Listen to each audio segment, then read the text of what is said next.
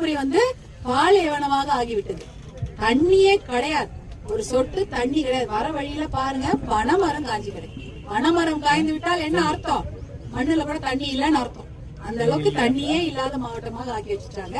அப்படி இருக்கும்பொழுது சாலைக்கு யாராவது கொடுப்பாங்களா? அதுவும் 1000 கோடி, கிட்டத்தட்ட 940 கோடி ரூபாய்களை இதற்காக ஒதுக்கி இன்றைக்கு இந்த மேம்பாலம், உயர்மட்ட மேம்பாலம், அது எவ்வளவு பெரிய பெரிய தூண் பாத்தீங்களா?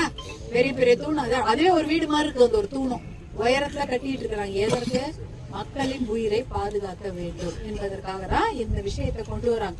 இந்த திட்டத்தை கொண்டு வந்தது மருத்துவர் அன்புமணி அவர்களும் பாட்டாளி மக்கள் கட்சி அவர்களும் நம்முடைய தேசிய ஜனநாயக கூட்டணியில் இருக்கக்கூடிய அனைத்து கட்சிகளும் பாரதிய ஜனதா கட்சி கொண்டு வராங்க. கூட்டணியில் இருக்கக்கூடிய அத்தனை கட்சிகளை தான் இந்த மேம்பாலத்தை கொண்டு வராங்க. நம்ம உயிரை காப்பாத்தினாங்க அப்படின்ற விஷயத்தை கொண்டு வரணும், சொல்லணும்.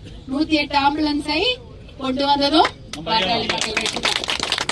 மருத்துவர் அன்புமணி தான் சுகாதாரத்துறை அமைச்சராக இருக்கும் பொழுது 108 ஆம்புலன்ஸ். அது என்ன திட்டம்?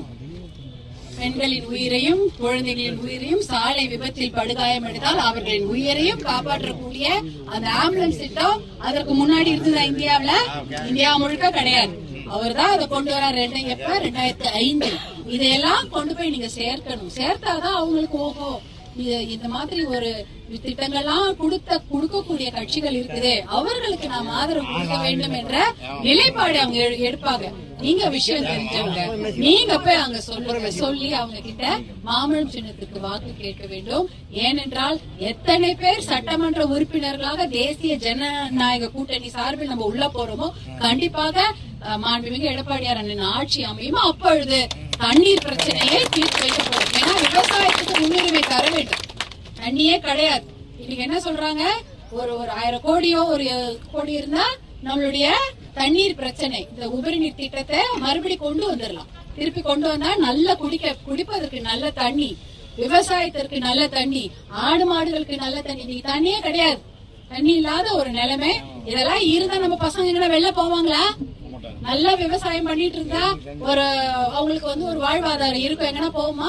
ஏதாவது ஊருக்கு போயிட்டு இருப்பாங்க. இப்ப எந்த நம்ம வீட்டுல நம்ம பசங்க எல்லாம் ஒன்னா இருக்கோமா? கிடையவே கிடையாது.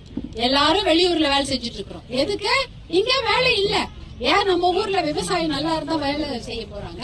ஒரு தொழிற்சாலை இப்ப சிப்காட்டுக்கு எத்தனை முறை தான் திறப்பு விழா நடத்துவாங்கன்னு தெரியல. ஏற்கனவே எடப்பாடியார் என்ன திறப்பு விழா நடத்திட்டார். அதுக்கப்புறம் இவங்க ஆட்சி வந்தது, மறுபடியும் ஒரு திறப்பு விழா நடத்துறாங்க. சிப்காட்டை கொண்டு வாங்க, அங்க தொழிற்சாலைகளை கொண்டு வாங்க.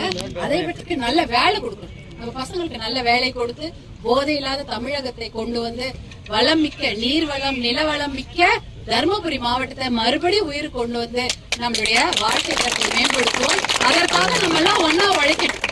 இதுல எந்த ஒரு டிஃபரன்ஸும் கிடையாது. இந்த கட்சி அந்த கட்சி எல்லாம் இல்ல. தர்மபுரி மாவட்டத்துக்கு எது நல்லது? நம்ம தண்ணீர் கொண்டு வர வேண்டும், விவசாயத்துக்கு முன்னுரிமை தர வேண்டும், பெண்களுக்கு பாதுகாப்பு வேண்டும், குழந்தைங்களுக்கு நல்ல வேலை வாய்ப்பு, படிப்பு வேண்டும். இதையெல்லாம் கொண்டு வரக்கூடிய ஆட்சியை கொண்டு வர வேண்டும் என்றால் நீங்கள் எல்லாம் தர்மபுரி மாவட்ட சட்டமன்ற தொகுதியில வேட்பாளராக நான் இன்று மாம்பழம் சின்னத்தில் போட்டியிடுகிறேன். எனக்கு உங்களுடைய ஆதரவை திரட்டி தாருங்கள். கண்டிப்பாக உங்களுக்காக உழைக்க நான் தயாராக இருக்கிறேன் என்று கூறிக்கொண்டு இவ்வளவு பேரும் இன்னைக்கு கூடியிருக்கிறீங்க. அவர் வரும்போது பெரியவர் சொன்னாரு, ஐயோ நான் வெயில்ல உனக்காக 1 மணி நேரம் நிக்கிறேமா அப்படின்னு. நாங்களும் வெயில உங்களுக்காக நிக்க தயாராக இருக்கின்றோம். அதுதான் செய்து கொண்டு இருக்கிறோம். நீங்க வெயில நிக்க கூடாதுன்னு, நல்லா இருக்கணும்னு தான் நாங்க செஞ்சுட்டு இருக்கிறோம். இதை நீங்க வெயில நிக்க கூடாது, எல்லாம் நல்லா இருக்கணும்.